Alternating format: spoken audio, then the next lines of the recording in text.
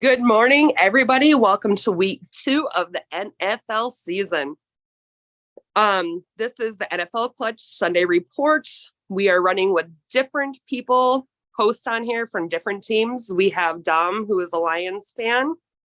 I have Bob over there, my lovely little Packer fan he is.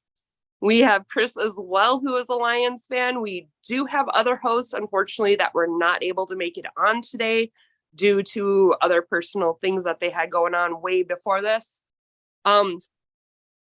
It's a new show we're kicking off for the NFL Clutch for all 32 teams. We welcome all fan bases to jump on, talk, join. I believe John just came in as well, and John is our other little Packer fan over there. We got too much green going on here.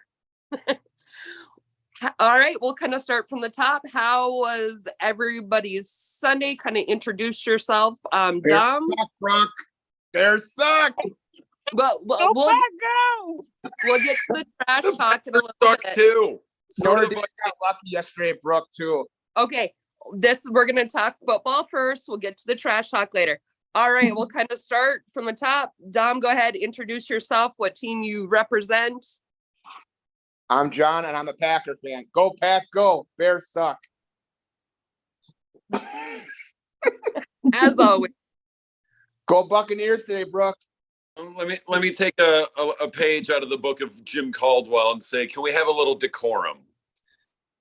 There you go. Also, fuck you, Caldwell. You sucked. All right, Christopher. What's up? You guys know me from the 4th and Goal broadcast. Just helping produce this show. You know me, Lions fan, and it's our time for the North. Damn right, and we appreciate your production skills, sir. You're welcome, guys. Bob. I'm a Packer fan all the way. Brooke, you forgot to introduce yourself. You're a bear down clown. Go on. Okay, introducing myself. Yes, I am Brooke. I previously was a co-host for CCP, and that was for the pregame show. Kind of broke off. I needed to do my own thing and my own group and bring back the fan talk with the football talk. So I am back kind of doing this again with all my lovely friends. I am a huge Bears fan. Bear down. And as we always say it, blow, pack, blow. Who won last week, Brooke? Bears or Packers? We'll get to that. Dom, do you have anything you want to say up there? But all right. Wait. So kind of getting into the show. Lions kicked off last week with Thursday night against KC.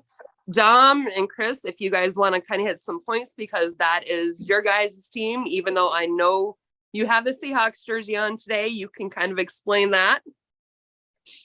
Double reverse juju. I am a huge Lions fan, obviously, since pretty much since we drafted Barry Sanders, and consistently ever since, despite what some of these, look at all these fair weather Lions fans. Like, no, dude.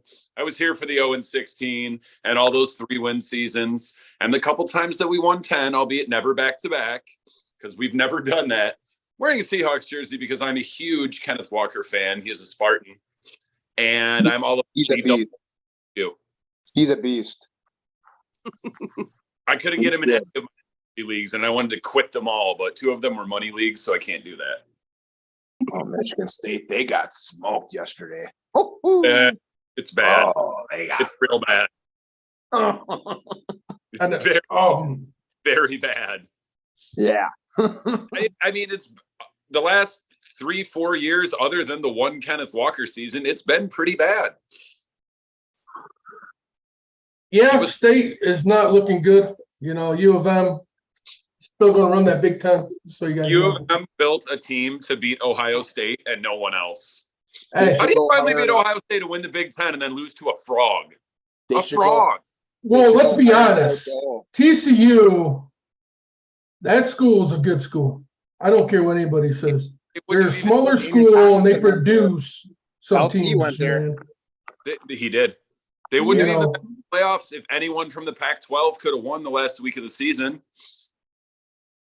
but to start off, to go talk about Thursday night for me was all in all, I thought we would lose. I never predicted we would win that game. I just wanted a close fought game, and I was satisfied. But to actually go in there and get that dub just shows that, and us Lions fans would know when I say this, we've got gaslighted, we've got promoted, and we've all fell on our face. This is like the first year that we got hyped up, gaslighted, and actually came out and won the game. Facts. So I cannot wait today. I think our offense is going to be explosive.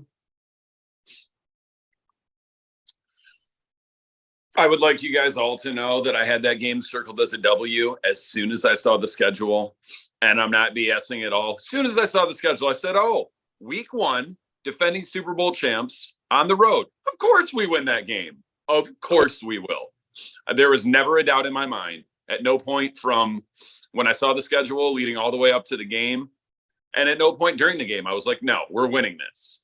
Same old Lions died last year. Because Lions still alive and well. I'm starting to agree with that. They definitely look like a whole different team. Well, if you agree, then be prepared to lose to either the Falcons or the Packers, because that's because Lions. Or someone else. You know what because Lions was? The Panthers last year. Any given Sunday, anybody can win. Yeah. 100%. You're right. I mean, I don't care how good of a team you are, where you come from, your history. Yeah. That's why they play games. Right. Anything happens. Right. It's the NFL. They're all professionals. There's no big disparity in talent between any of the 32 teams except the Bears. See, like my thing too is like all the fans, you know, from the outer box, from the outside. Well, you guys only won because the receivers dropped the ball. Like you can watch 8 games on Sunday of different teams. And I guarantee you other teams won because other teams dropped balls. That's what we call football. Just like guys get hurt. Guys hold out on their contracts. I'm not going to apologize for a win. Would we have beat them if Chris Jones and Kelsey played? Probably not. But they didn't. And we did. But see, I can't speak with Kelsey because honestly, after the game played out, I think we do win.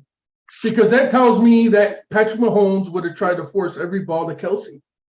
No one else could get open or catch the damn ball. Probably.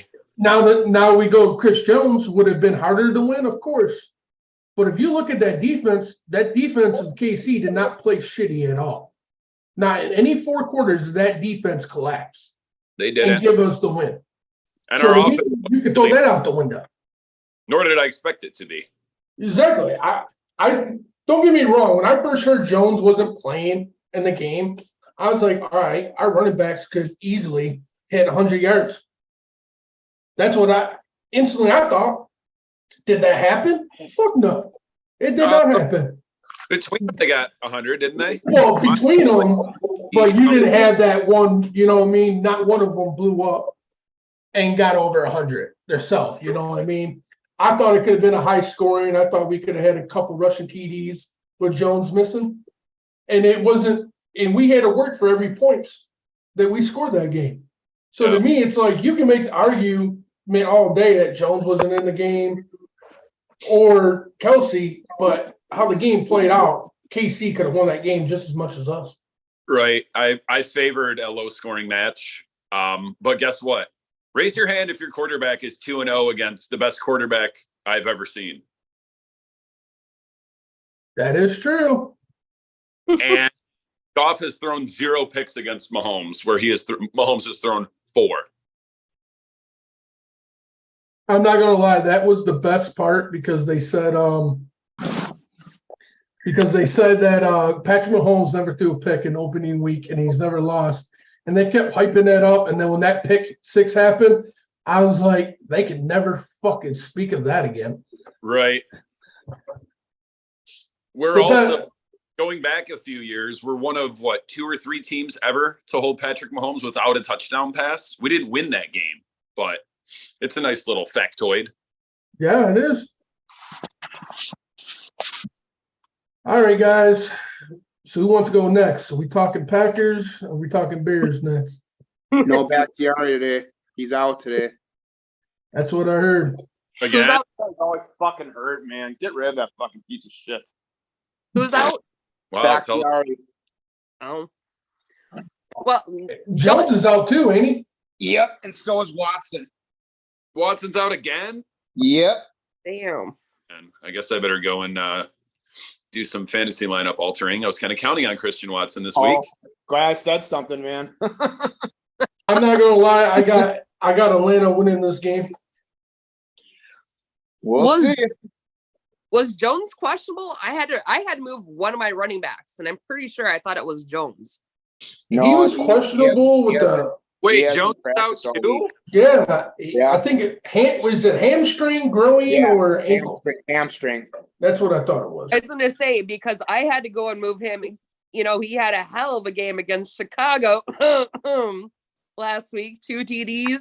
He was balling, my baby. he crushed last week with him, Jefferson, and Monty on it. I had a hell of a thing. I had to move in this week, so I'm gonna cry. That fantasy league is not gonna do good with Joe gone. Speaking of fantasy, you guys are reminding me that I should probably go check my lineup. So last week, everybody knows I was at the Chicago game. Thanks to T-Nick. He took me with him from CCP. So that was very nice of him. I enjoyed the game. I enjoyed my time in Chicago. I was ready to come home and get back on the plane though Tuesday morning. I can only do so much Chicago. It's kind of crazy down there. I will tell you though, even after that loss, I think I posted on my Facebook walking through the tunnels on the way out. We were still saying Packers suck, but They do. have to give it credit. Our offense, I have no idea what the hell happened. That pick six that Justin threw to Walker. I mean, awesome play by Walker by Quay Walker's a bad boy, dude. Aaron Jones had 2 TDs. He's on my fantasy, so that was great You weren't that mad about it. for my team, of course. You know, Mooney had a touchdown in there. There was some good stuff about Chicago, some bad stuff. Claypool, I am so not a fan. I am hoping we just get on and down the road. Hurting, isn't he? He hasn't even done anything. You know how arrogant he was. I have it recorded. When they were doing the opening lineup for Chicago, introducing them, walking through the thing out onto the field. Here's Chase Claypool. He's jumping up and down, trying to get the hype. You know, he didn't just run out like the rest of them. He thought he was better than everybody, and he produced like shit. He didn't do anything. But we got more over here. More had a couple of good plays there. Mooney had some good plays in there. Johnson, that running back, man, he might be something to watch this year. I'm not gonna lie. He straight ran over some of your Packer defense boys. Let's see. Jackson, he had some miscoverage. He was kind of lazy. There was a lot of blown coverage where Love was able to get the ball off and they were able to score. I say Love is going to be your saving grace for Green Bay because I still do not think he's the QB for you guys. Just like I have questions on Justin Fields being our QB, he's more. I've seen him be more running back than I have seen him a thrower, but everybody is saying it's because he doesn't have time. He actually has time. I will tell you what. I saw Cole Kmet and Mooney right in front of me, both open, and Justin Fields just held on to that freaking ball. Instead of using the people, neither one was covered. Could have got it down, could have got him in. There's still a lot of work I think Fields needs to go through and learn how to let go of the ball sooner and trust his gut. he's still in my eyes is not a proven QB, and I am going to say that to this day. For Chicago this week, of course, everybody knows Kyler Gordon. We lost him. He's on IR, I believe, for 4 weeks now. We're still out Josh Blackwell, Nate Davis. Those are kind of a couple of that got put on IR, I believe, this week. Against Tampa Bay, I have no freaking idea. It's going to be another Green Bay show, but in Tampa Bay. All right, you boys, you want to get your jibs in over there, you little Packer fans, whichever one wants to go first, Bob or John, at a time, your take on the game last week. I just have a question. How'd the Bears fare on that game last week? Asking for a friend, John. They got smoked, baby. Are you really hyping yourself up about beating the Bears? No, I'm not. I'm just giving her crap because Brooke knows me. I just give her crap. But at the end of the day, what's that give the Packers, though? I mean, on a serious note, we beat the Bears every single freaking year. What's that do for us? Nothing. I'll be right back. Again, all it did was give you 9 straight wins over the Bears at this point in time, which just kind of just sucks. But hey, I'm hoping the Bears will pull their heads out of their asses on both the offense and the defense day in Tampa Bay. Highly doubtful, but I am always a Bears fan. I ride with my team, win or lose, rain or shine, tears, more drinking beer, whatever it is to get me through that day of watching football in the game. When she said tears in her beer, that's what she means. See, here's my outtake on the Bears, and I want to keep it real. There's a reason when Justin Fields was coming up in reports that the Lions might draft him, I was pissed because I don't like Ohio State quarterbacks. None of them pan out in the NFL. Nope, none. Not at all. Oh, prior, but there could be a lot more to this at this point. If the Bears finish in the basement or even finish in 3rd place, you guys need to fire your GM and every damn coach you have on that sideline. Because I don't understand. You guys went out and spent so much damn money on that damn defense, and it looked just as bad as it was last year. Actually, though, here's the thing. Look at it. They got rid of Roquan Smith. For what? Because they didn't want to pay him what the man should be paid. He went and balled out for the Ravens last week, doing his usual awesome performance. They literally tore down the Bears defense last year for all this pick and freeing up cap and this and that. And what for?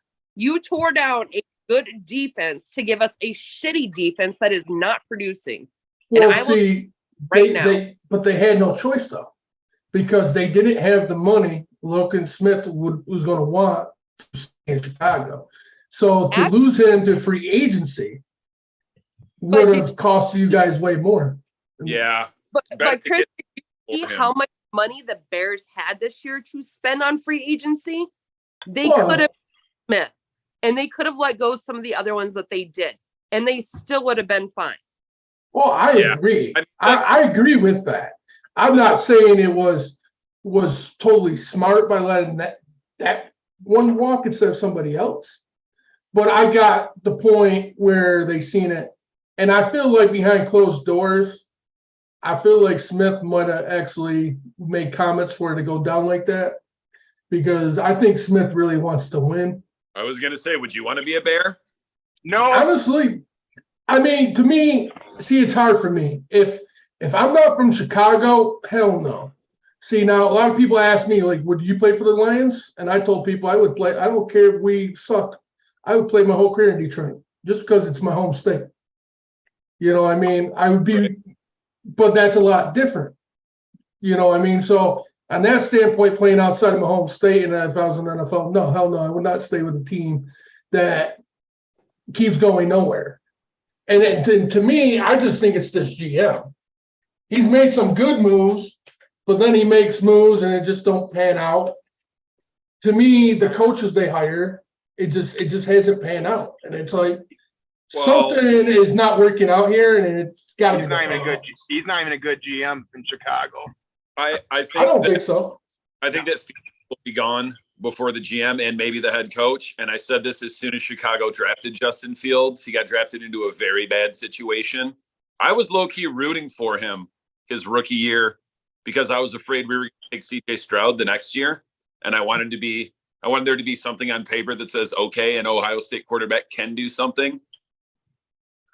I think that Fields is overrated by a lot of fans. They and don't, a lot. they don't pan out in the NFL. Ohio State quarterback. They sure don't. Nope. And you've seen it from how many quarterbacks now? Multiple quarterbacks. I think the only one was a good quarterback from Ohio State was at Seattle. He went to Ohio State, didn't he? No, he went to Wisconsin. Wisconsin and North Carolina, Russell Wilson. No, Uh, the Seahawks quarterback right now. Gino, I forget. Gino came from West Virginia, if I'm not mistaken. Oh yeah, West Virginia. You're right. And also, Gino is not good. Gino, I disagree a little bit. He's all right. Well, Last year, last he year was proved it. and I love the Eugene Cyril Smith comeback player of the year story, but you don't just randomly figure it out at 30 plus years old. Yeah, but see, here's the thing, and I'm not a huge, obviously I'm a diehard Lions fan, but when I say this, you can't really hold that against Gino because of all these quarterbacks that bounced around the league and they got some playing time and had a good year. Gino's the only one that truly got fucked. All right. He was on a lot He of got bad. his jaw broken in the Jets. Yeah. Forced to sit out. Ryan Patrick goes on a fucking run. After that, he's bounced around like he's nothing. Yeah. And that was only in his third year. That would have been his third year. He never got the showcase. So then you get bounced around. You're sitting on practice squad, second string, third string. You know what I mean? It took this long for him to get true playing time again in the league. So to me, it's like, as much as you want to go there because he's been in the league so long, is it really his fault, or did he really just get totally fucked in his third year in the league and didn't get developed? And then I'm going to also say it at the same time, the Jets franchise history is just close enough to Detroit's history. I mean, look at all the quarterbacks that came through here that we drafted. We got one quarterback that we produced to be able to win a Super Bowl, and that was Stafford. We just didn't give him the right pieces to do it here. Other than that, we could go through the list of QBs that played here in Detroit, and there's not too many of them that stand out and look that good. Let's not. That's like Chicago. What QB? Exactly. Right now, Jay Cutler is probably one of the best quarterbacks we've had. And I'm sorry, I am not a huge Cutler fan. If Cutler just gave a shit, you guys would have been better because he was so talented. Oh, absolutely. He was. Cutler has one of the best I've ever seen. No, you've seen our. I think when I looked at the roster, he's sitting on third, which is why I'm shocked they don't have him behind Justin. Tyler, that young kid, undrafted. Now, that kid, watching him in preseason, I think that kid has a shot to be something because he actually throws the ball. He can run it when I was watching him preseason, but he's got a faster let go of the ball than Justin. And that was just what little season I've watched. Because unless you guys win 6-7 games, I think Fields is done. I think so too. And and then you're going to trade for Kyler Murray. Unless he produces, he's not that good either. Everybody's saying it's the offensive line. We don't got coverage for him. We don't got this. I watched the game, and when you're watching the game live and you're at that field, you see that he held the ball how many times and got sacked. When he had open options, he just I don't know whether he didn't feel comfortable throwing to that guy, but like I said, Mooney and Kmet were open with no coverages and could have probably got in for a TD at one of those. And it was just like, what were you doing, Justin? Holding on to the fucking football. Use my language. But when you see that, that gives you no faith in your quarterback. And I know a lot of people are going to ride on my coattails and be bitching about this, but until I see Justin produce, right now he is not a proven quarterback. He is a proven running back for Chicago Bears. So basically, he's an extra running back on the field. You're like one of the realistic Bears fans on earth about Fields. Well, I mean, I can't sit there and hype him up when he hasn't produced for me to hype him up. I mean, and I can't sit there and say our offensive line isn't doing their job, because when they do their job, he still doesn't throw the football. It's in like, you know, the whole thing is like, everybody's like, oh, geez, Claypool, he wants the media attention. Yeah, I seen it when him coming onto the field, but at the same time, Justin Fields, when you run that ball and you're so excited, you ran it, you did this. All right, is it you who wants to make the play to make the offense look good, or do you want to use all of your key players? And sometimes I feel it's just about Justin, just by watching some of the stuff. I think it's more, here's the thing. I think too, a lot of this shit goes, especially in Chicago. You know, when you got fan bases that are hardcore in the media presence, I feel like Chicago's one of those cities. You have a shit game, you're dealing on social media 24/7. I think he's just scared to throw picks. I don't think he trusts himself when he throws the ball. Because, I mean, Claypool can jump up and be hyped, all he wants. But if the quarterback can't get him the damn ball, how can you be mad at your wideout? He got to have somebody throw him the ball. And to be honest, I hope they bench Claypool. He shouldn't even be playing. He played like shit. He couldn't block. He couldn't do anything last week. It's like, do your job. And I'm going to be honest, this is where I miss Monty the most. Because when Monty was on that line, he helped block for Fields. He got his job done. He had a very good game for you guys for Detroit against KC. I believe he had a touchdown because, you know, I still pick him up on fantasy. I'm still heartbroken about Monty, but he's going to a team that's actually going to win the North this year, and he deserves that. Monty truly deserves that. He deserves to be with a team that is putting their all into bettering themselves as a team. And I will say this, hands down, and I've already said it, I truly believe Detroit Lions are taking the North this year. Just because Dan Campbell has put together a team and has been putting together a team since last year. And this team, I've been watching the Lions evolve. And so now I'm seeing more and more of you Lions fans coming out, but some of you guys have always been out. But it's awesome to see a team that was nothing come back the way they did last year, taking out the pack. Yes, so they couldn't make it into the playoffs. Yes. But just to watch that team evolve under Dan Campbell has been amazing. And I will say that. I believe also Dan Campbell's, he's actually, to me, Dan Campbell's changing a lot. And I think you're going to see more retired NFL players that get in coaching. And I think you're going to start seeing teams. It really depends on what he can do in Detroit. But if this man wins the Super Bowl, he's going to create so many job opportunities for retired players that actually know the game. Because that's what you're seeing. Like, we used to always have the problem, like, don't get me wrong, when we had our coach before Patricia, Caldwell. He was a player's coach. They liked him. He kind of let everybody do their thing.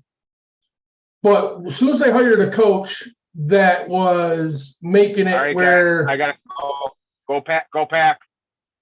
But See you, John. Thanks for coming on tonight or all right, today. buddy. Go Seahawks. Go Seahawks.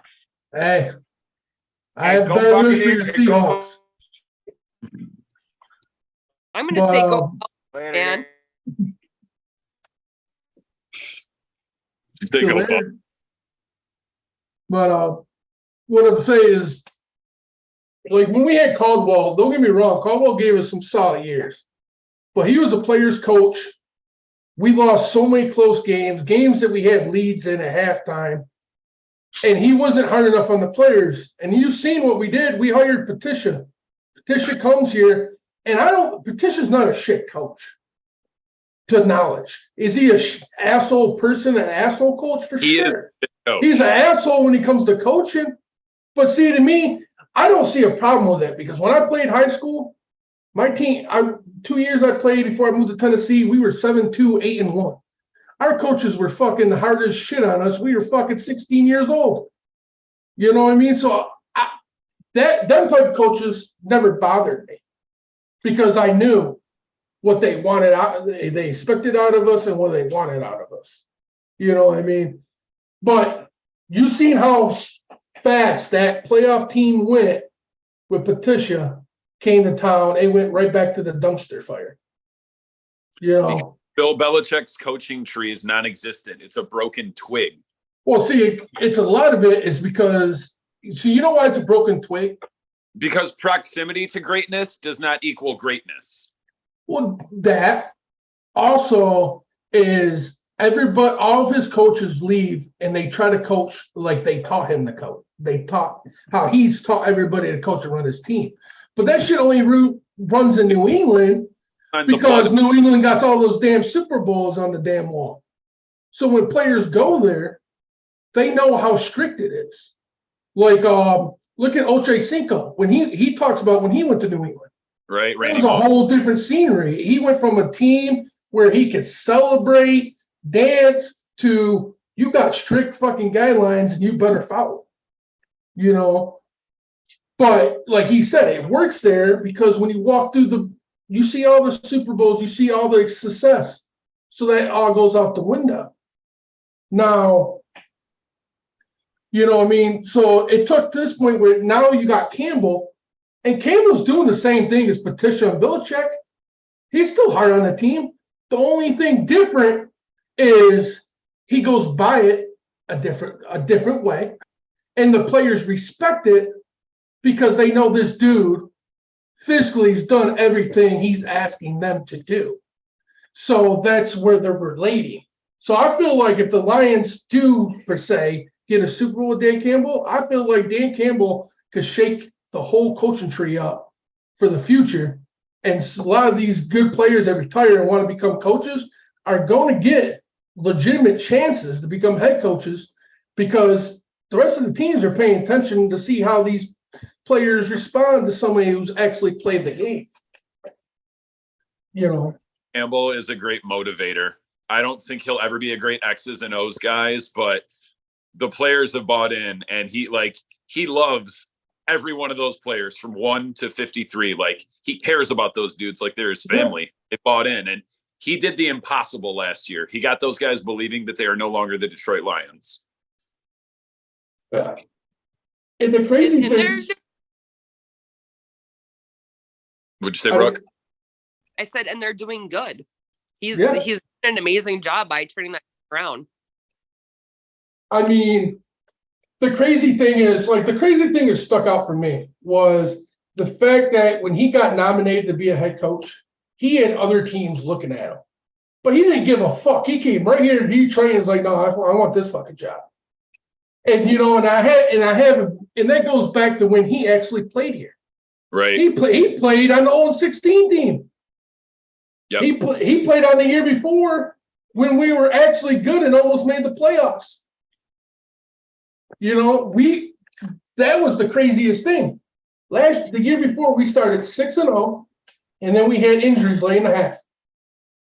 And we missed the playoffs because of those injuries. And the 0-16 season was supposed to be the year I believe we got even hyped up to make the playoffs. The 0-16 year. And then we go 0-16. Tell you what, as bad as that defense was, that was a goddamn competitive 0-16 team. We lost like 11 of those games by 1 score or less. Yeah.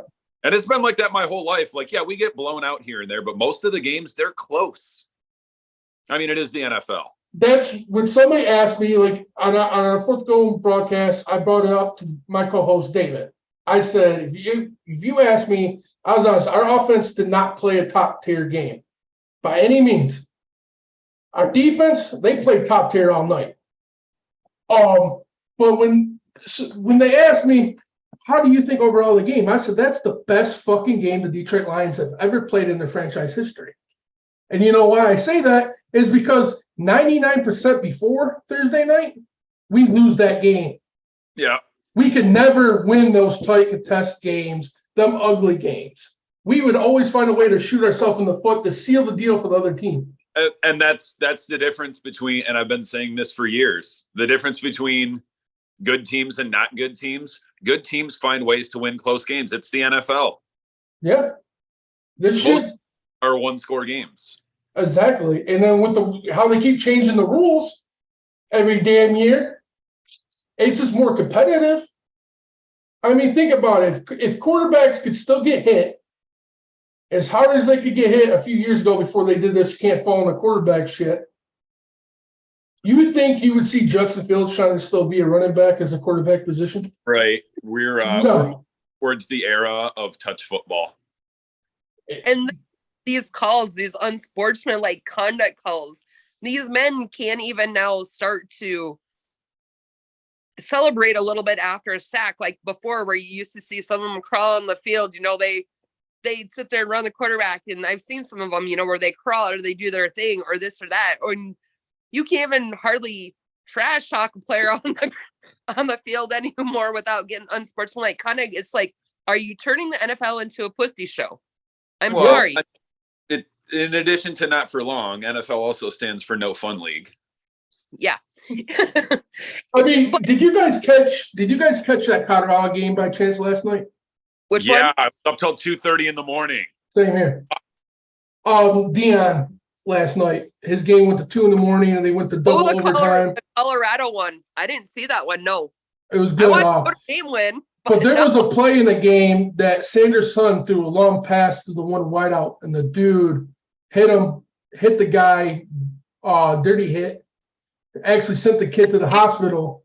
And that's why, and this is why I have a little bit of respect for the NCAA, is because Deion's son, as a quarterback, went right up to the dude, slammed his head into the guy, had words with the guy that made the dirty hit, and the officials just separated them. No one got flags. There was no bullshit penalties. They separated them, and they went back to play football. If anybody did that in the NFL, they would get a 15-yard personal foul. The end of another game, too. And probably kicked that game. Tennessee and Florida got in a full-out brawl at the end of the game. Yep. And I didn't see no flags or anything really thrown in that either. By the way, Colorado fans, stop rushing the field after every game. Hey, you got to give them a little bit.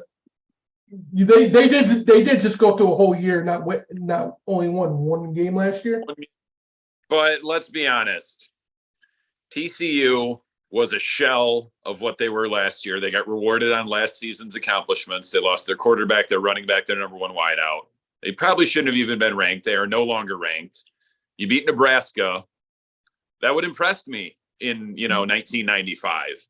And Colorado 3-9 last year. Let's see what against Oregon, USC, UCLA, Utah they finished the season with. And I'm rooting for Prime. Oh, for sure. I agree with that to a certain extent. A lot of the shit's been overhyped off the bat. But they're getting that overhyped right now is because they predicted them. I mean, shit, on the local sports station over here, they were talking college football for a minute on the ticket. And they predicted Prime to have 3-4 wins all season. And here he is, 3-0. So that's why it's been crazy. But Deion is smart. He's smart as a coach. He's a coach I would love to see make the NFL, but I know he won't. He's waiting for the FSU job, but now FSU is good again, so he might be waiting a while. Well, I didn't know actually. Deion went to Colorado in college. I didn't know that. He went to Florida State. Did he? Yeah. Then okay. Well, they showed a clip of him, and I swear it was Deanne. I watched it on a reel, and he was standing behind he was in the locker room, and there was a Colorado Bull on the wall, and he's like, "I built this place." But He it was might started there. I don't know, I guess, his history on college, but I'm he gonna might look have that up actually. transferred. You know, how some of those players transfer from one college to another. So that might be something to look into. I don't know his college thing because Yeah, I'm a I Notre thought Dame. he went to Florida State myself too, and then I seen that reel last night at like 3 a.m, and I was watching it, and I'm like, Deanne played for Colorado in college? I think that was Cordell Stewart and Michael Westbrook, It could have been. the Michigan Miracle. Okay. Couldn't have happened to a better team. Fucking Michigan. The Michigan Cowboys, the Dallas Wolverines, they're the same team. Hey, you can keep hating there, Sparty. Well, we'll Notre At Dame's. this point, I don't even hate anymore. I just laugh. I was a huge Michigan fan in 1997, the Charles Woodson year, and you guys got robbed. Nebraska. Hey, well, technically, we still won that national title. We just had to go to court, and somehow some idiot judge said you gotta put Nebraska's name on there. Yeah, it's because it was Tom Osborne's last No, year. you're right. He went to Florida State, so that's weird. And then why the hell did they show? See, that's why you can't believe everything on Facebook, guys. Right. Because there was a whole clip, and like it was Deion Young, in his football uniform and everything, and they didn't really show the jersey; they just showed his like head, and he was standing on the wall, and he's like, "I built this place." So I'm like, "Wow, he went to Colorado." No, like I would love to see him as NFL coach. I just know he won't come here. I just know he won't go in the league. He's made it pretty known that he can make it in NFL due to the players and the money they make. And he don't want to deal with all the drama and with the players. I think he could be a good NFL coach. No, I'm not denying that. I'm just saying out of his words, he said, because I've heard him in the interview, they asked, is your goal to make the NFL? And his response was, no, I'll never coach an NFL because to me, when you're making $150 million and I'm your coach, you better be making $150 million plays, game in every play. And he goes, I can't deal with the divas and all that, so I don't plan to ever go to NFL. I'll stay right here in college. He's got So a better that's win a national title in college than he does the Super Bowl as a head coach, especially when these 28 or so teams leave the NCAA. Why do you think every team that matters is in 3 conferences now? Because they're all going to leave. You think so? What do they need the NCAA for? That is true. They can leave, negotiate their own TV deals. They've got NIL money. Yeah. I think honestly, what needs to be done in college, regardless, is I think you need to cut all these divisions and make solid 2 divisions. I mean, you could have if Big Ten's the second biggest, you make the Big Ten big, Big Ten versus SEC. Make it where you have to play other conferences and play better schools. I said a few years ago, they need to run it like pro soccer in Europe with relegation before they expanded the playoffs, because the Power 5, every year, one of those Power 5 conferences does not deserve to even sniff the playoffs. So if usually it's the Pac-12 or the Big 12, if you're the shittiest conference out of the Power 5, you get relegated out. Yeah. I mean, to me, it will just make it more competitive, more fair.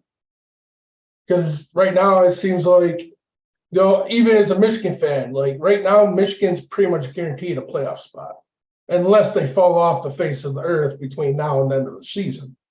Same thing with Alabama, pretty much. Alabama, Georgia, to me, it's like, I would like it to see it like the NFL where any school can win. I don't care if you're the biggest of the schools or a Division freaking 3 with a good football program. Because, like, for instance, if you go back I want to say 06, 07, Michigan, last good year with Chad Henne. Before his senior, it was his junior year.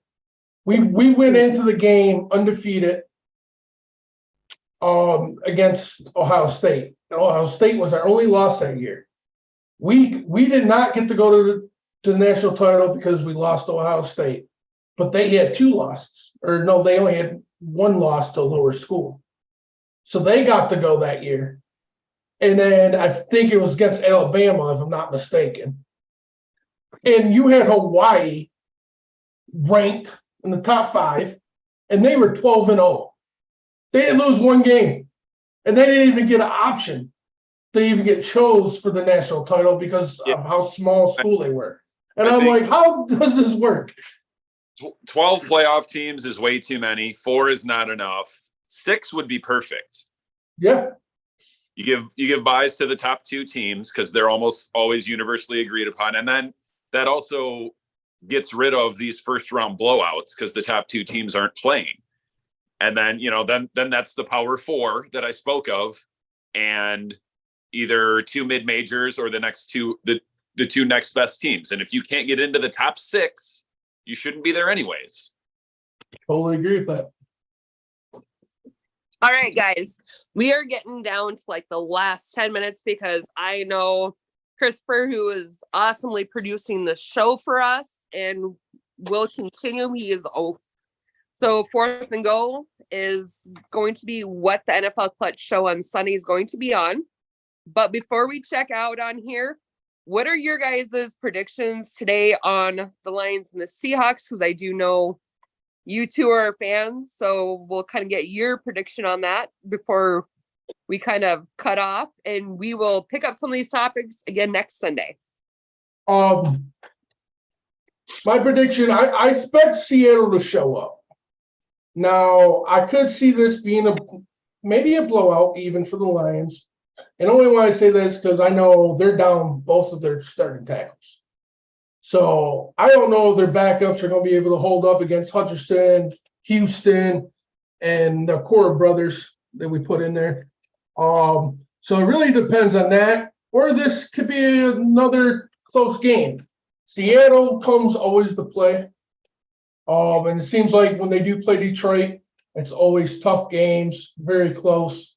So I still think the Lions win. Either it's going to be a close game or the Lions are going to win by a few scores. But I do expect our offense to really show out today. Dom? I got Lions 28-20. Lucky for us, like he said, both of those starting tackles are out. Otherwise, I think there would have been a realistic chance for Kenneth Walker to break the single game rushing record because he's that good. And we're like, I'm still not convinced about us against the run. Okay. Do you guys have any thoughts on? I mean, I'm going to be honest. I'm expecting you guys to actually take the Seahawks is where my prediction is going with you guys, because watching the KC game, that's hard to do, especially in KC. So that was an awesome game to watch last week. Enjoyed it. As again, you already know, I'm predicting the Lions to take the North this year, so I want to keep seeing them do good. How about, I know our little Packer fans all jetted out. I think they know their teams suck. But that's just me. Yeah, they played the Bears and won. But any thoughts on them? They are playing the Falcons today. I think the Falcons pull this one off. Only why I'm really saying I really feel like that right now is Watson's out, Jones is out. So don't get me wrong, they still got Dillon, but Atlanta's defense looked pretty good last week. So to me, if Dillon can't bust out a big rush game, Love is going to have to deal with a lot of blitzes, people after him this week. And so I think they lose. Not necessarily they get blown out, but I think they lose today. I think they're just missing too many key players. Yeah, I got the Falcons as well. When I saw the matchup, I said it came down to whoever wins the rushing battle. And without Jones, that puts you at a serious disadvantage. The Falcons had, I believe, around 140 rushing yards last week, and that was without Cordarrelle Patterson. So I think they probably just run all over Green Bay. Probably a low-scoring game, but yeah, I don't see how Green Bay wins this game. Totally agree with that. You know me, I always root against Green Bay, regardless of who they play for. Sometimes I take them in my pick'ems, but I did take the Falcons this week as well, just for the fact Jones is out. Jones scored 2 of the touchdowns last week in Chicago. That's going to hurt them some. I'm still not confident in Jordan Love's throwing, that he's a proven quarterback. He's kind of like Justin Fields. We haven't seen much of him. So this year is going to be Jordan Love's time to shine or figure out he's a bust. But from watching in Chicago, he had a couple good throws, but mainly because they were open. He did have, I think, one where he threw it where the guy was actually covered for a change by a bear. So that was a good throw by him, but the rest were open. But I am going to go with the Falcons as well. Boy, do I even bring this up. Chicago in Tampa Bay today. Your guys' thoughts? I mean, Chicago, this game is this game's tough for me because I want to say Chicago should be able to win this game, and they should. But for the fact of the effort I seen Baker had last week against Minnesota, he's actually really playing with everything on the line. And he knows if he don't succeed in Tampa, it's either a backup or he tries to go to Canada or the USFL or even the XFL. He knows it's either produced or he's going to be out of the league or at least holding a clipboard for the rest of his career. So to me, Chicago's going to have to come and play. Baker looked almost as Baker in college. I mean, I was watching a clip of that. He ran the ball, stiff arm, slammed the guy down, and then he literally turned around and told the guy, you better gain some weight. This is why you gain weight. So, Baker's back to doing Baker things, and I feel like that's kind of why his play in this league has kind of went down, because I feel like a lot of the coaches didn't let Baker just be Baker. So I think the Bears are going to have to really show up. The defense is going to have to show up today and take everything away from them. And Justin Fields is just going to have to go out there and not think and just throw the ball. I mean, that's what you got to do. I mean, if he keeps running, he's eventually, same shit's going to happen to him like last year. He's going to be banged up all season. And at this point, he needs to get his team behind him. So I think this game is very crucial for the Bears going forward. If he can't sling the ball and get trust in that wideout core with him, it's going to be a very long year. And the Bears start this season 0-2. Dom? It's funny, 2 not very good teams from last year. Depending on if you subscribe to the up-down theory, Bears down, Tampa up. Bears should be able to win this game. I could see it going either way, but I like what Baker's doing right now, and he's kind of on a revenge tour, playing for his NFL life and future. Can't really call it, except just something to me says Tampa. Okay. This game, after watching Chicago in Chicago at the field, I am hoping they bench Claypool. I hope they don't let him see the thing. I'm hoping they don't bring up Lehouse Jones to replace him. That's just my thoughts. This is going to be a hard one. Like you guys said, Baker is playing for his career, but Justin Fields also has to step up. Otherwise, I don't think he's going to get a 5th-year option. And it's kind of like what Chris said. He needs to throw the ball. He needs to stop second guessing it. He needs to stop looking, oh, if this happens, I'm going to run. He needs to trust himself. He is not proven yet in the NFL. He's not proven to be the Bears quarterback, and I'm just being realistic about it.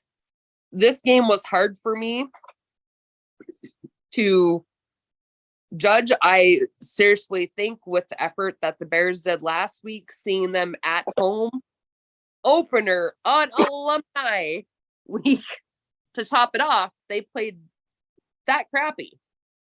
I'm going to go with Tampa Bay, but I'm always going to root for my team. I'm in my Bears gear as always, but I did take them in my pick'em league, but I only put 1 point on them this week. They are the lowest team, but Tampa Bay, I seriously think has this game unless Chicago's offense can get it together and that defense can step up because we have monsters.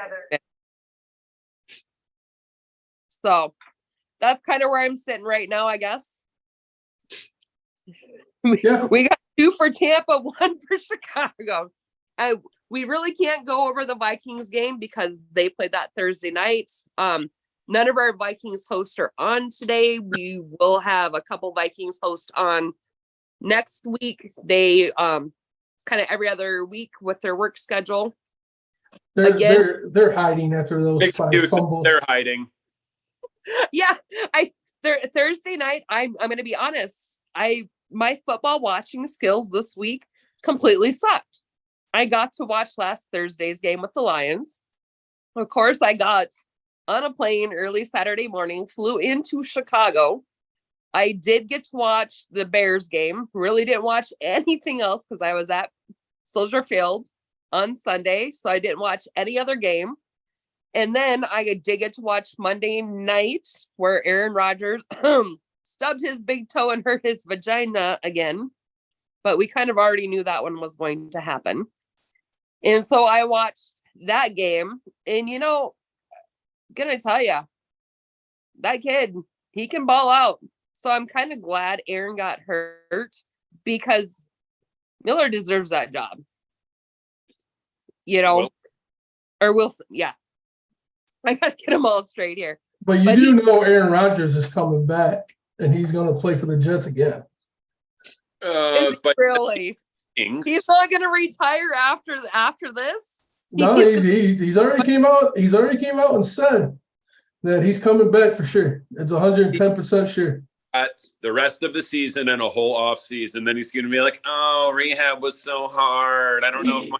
The crazy thing is now. He actually said on the Pat McGaffrey show, and right after surgery, that he's not ruling out a playoff return if the Jets can make it to the playoffs. Oh, and think about it. It's week 1. He already had the surgery. Surgery's done. But do you think he can honestly do it? And here's Aaron Rodgers, I'm never going to don't get me wrong. When he was in the North with Green Bay, I couldn't stand them, but the only reason why I couldn't stand them is because I couldn't stand the Green Bay fans. Because he beat us so much? Not even that. I mean, I just couldn't stand them how Green Bay's fans acted like the man could do no wrong. He could never play bad, you know what I mean? He was like God's gift to earth in Green Bay's eyes. Quarterback I've ever seen until Patrick Mahomes. But Aaron Rodgers earned a lot of respect the way he played the game and the things he did. And now Green Bay's fucked him over more than he's fucked Green Bay over. Let's be honest. Well, let's be honest about it. When you start crying and you be a little baby and you don't want to go to camp because you think you're better than everybody else, that's just like even with the Jets. He didn't feel he needed to suit up for any of the preseason games because he thought he was ready. Maybe his ass should have suited up and he wouldn't be dealing with this injury now. Yeah, I'm just saying he kind of became a diva over when COVID hit. Aaron Rodgers kind of became a diva. Like a bunch of us became day drinkers, Aaron Rodgers became a diva. I agree. He definitely came to a diva, but see, I see the thing. COVID's a bad excuse to me because I think you could name 1,000 people. You could name probably regular people in real life divas after COVID. because there was a lot of shit going on that no one wanted to be a part of. No one wanted to do. So I get why he was like that over that. But when you play for a franchise, I mean, when you play a franchise, you win them a Super Bowl, you do what he did. Green Bay never truly gave him the benefit of doubt. They took receivers from him. They didn't get him no real help at wideouts the last few years. Good, you should wideouts. Yeah, I agree. But I don't care how good you are. Like you take Tom Brady and give him a bunch of nobodies in New England towards the end. They don't win the last 2 Super Bowls, most likely. Now, when you add a nobody receiver like New England did here and there, but he still had his key guys he could count on there, those nobodies became big somebodies because, you know what I mean? He had his people to go to when those young guys were working their way in. And Green Bay really didn't do that. Because he took less money that they could put back into the team. Yeah, that's true. But, That's you know, Brady has ever done that I agree with. No, I agree with that 100%. And I agree with Aaron Rodgers that, you know, maybe he should work out better deals. But I truly felt like at the end of the tenure with Green Bay, I felt like they did what they wanted to do. They didn't listen to him as much as they probably should have. And that's why I think he got greedy there at the end. It was like, no, you're going to pay me. Screw this. If you want me to deal with this, you're going to pay me. I think Rodgers cares about Super Bowl. But what I do want to say to you, Brooke, is you can't really use preseason against him because he technically did play in preseason. He played the last Jets game in preseason this year. And that ain't the star players. Them are the coaches. I mean, look at the Lions. Goff didn't play 1 snap in the preseason. And that's not because Goff didn't want to play. Our coach just looked at all of our key starters and like, we're not going to lose you in a game that means nothing to us. The scrimmages mean more nowadays. Exactly. In practice, and that's what I like Campbell. Campbell's doing something I expect teams to start doing by next year. He's playing the starters in live scrimmages where they can manage how hard they go, and try to keep everybody from getting seriously hurt in practice than in the game day. Because I don't care who you are. You go on that field in front of those fans, you're going to try to make every damn play you can. Yep. You know what I'm saying? And when you're doing that preseason, you do that and get hurt, then you got to sit on the sideline for the rest of the year. You're done for the year for what? For a bullshit game that meant nothing to nobody. You know? Definitely understandable. And that's why usually when we do our fantasy leagues and everything, I never draft our fantasy leagues until after the last game of preseason.